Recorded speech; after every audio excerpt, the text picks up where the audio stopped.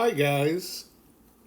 I just had a question today about how do you find out if fractions are equivalent? And I said that if you cross multiply, you can find out because the products will be the same.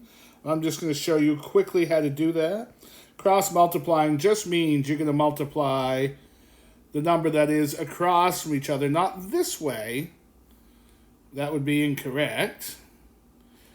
Cross multiply means you're going to be multiplying the 4 times the 4 and the 2 times the 8.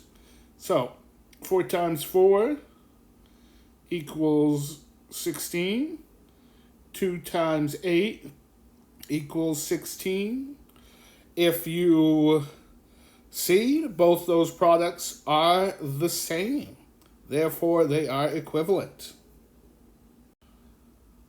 All right, we'll do one more just to cement that. We have 5 over 6 and 10 over 12. To find out if they're equivalent, we cross multiply. So we do 5 times 12, which I'm just going to do right over here quickly. 5 times 2 is 10, carry the 1.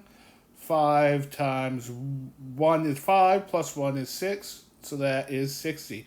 So 5 times 12 is 60, and 6 times 10, easier to do, just add a 0 to the 6 and get 60.